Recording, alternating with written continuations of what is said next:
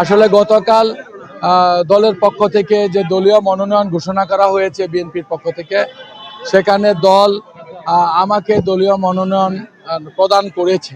এটা হলো আসলে একটা নির্বাচনী মনোনয়ন প্রদানের কঠিন প্রক্রিয়া। এই প্রক্রিয়া আমাদের মেনে নিতে হবে। আমাকে না দিয়ে যদি অন্য কাউকে দিত, তাহলে সেটাও কোনো অযৌক্তিক বা হতো না। সুতরাং আমরা মনে করি যে আমাদের মধ্যে যে একটা ঐক্য ছিল, সেই ঐক্যের থেকে যে মনোনয়নটা দিয়েছে, প্রাথমিকভাবে এটাকে আপনারা অনেকে বিজয় মনে করলেও আমরা মনে করি তারপরেও আমাদের মধ্যে মনোনয়ন পাওয়ার যে একটা প্রতিযোগিতা ছিল, সেই প্রতিযোগিতার কারণে নেতাকর্মীদের মধ্যে কিঞ্চিত বিভক্তি থাকে।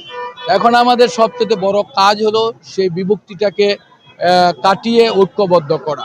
আমরা যেহেতু 16 বছর এই আওয়ামী বিরোধী আন্দোলনে আমরা ঐক্যবদ্ধ থাকতে পেরেছি এবং এই নির্বাচনে বিজয়ী হওয়ার মধ্য দিয়ে আমাদের অনেক স্বপ্ন নিহিত আছে।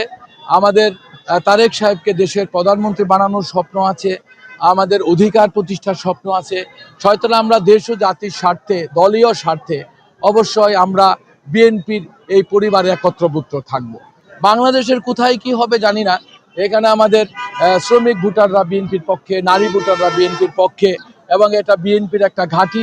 আশা করি এই সূত্রগুলোকে কাজে লাগিয়ে এখানে ওলামা একরাম যারা আছে তাদের সাথেও বিএনপির অত্যন্ত গভীর সম্পর্ক। এই সূত্রগুলোকে কাজে লাগিয়ে অবশ্যই আমরা এই নির্বাচনী বৈতরণী পাড়ি দিতে পারবো। তাছাড়া আমাদের যারা প্রবাসী ভোটার, প্রবাসী এবং কালিয়াকুরের অনেক লোক রয়েছে বিভিন্ন জায়গায় কর্মরত সরকারি বিভিন্ন অধিদপ্তরে, তারাও ইনশাল্লাহ এগিয়ে আসবেন এবং এই 35 বছরের গ্লানিকে ভুলিয়ে আমরা গাজীপুরের এই এক আসনটাকে আমরা বিএনপির পক্ষে পুনরুদ্ধার করতে চাই।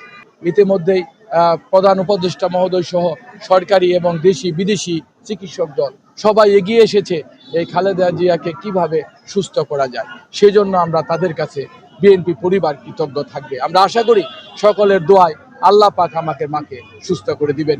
এটাও আমাদের একটা নির্বাচনী কাজের অংশ।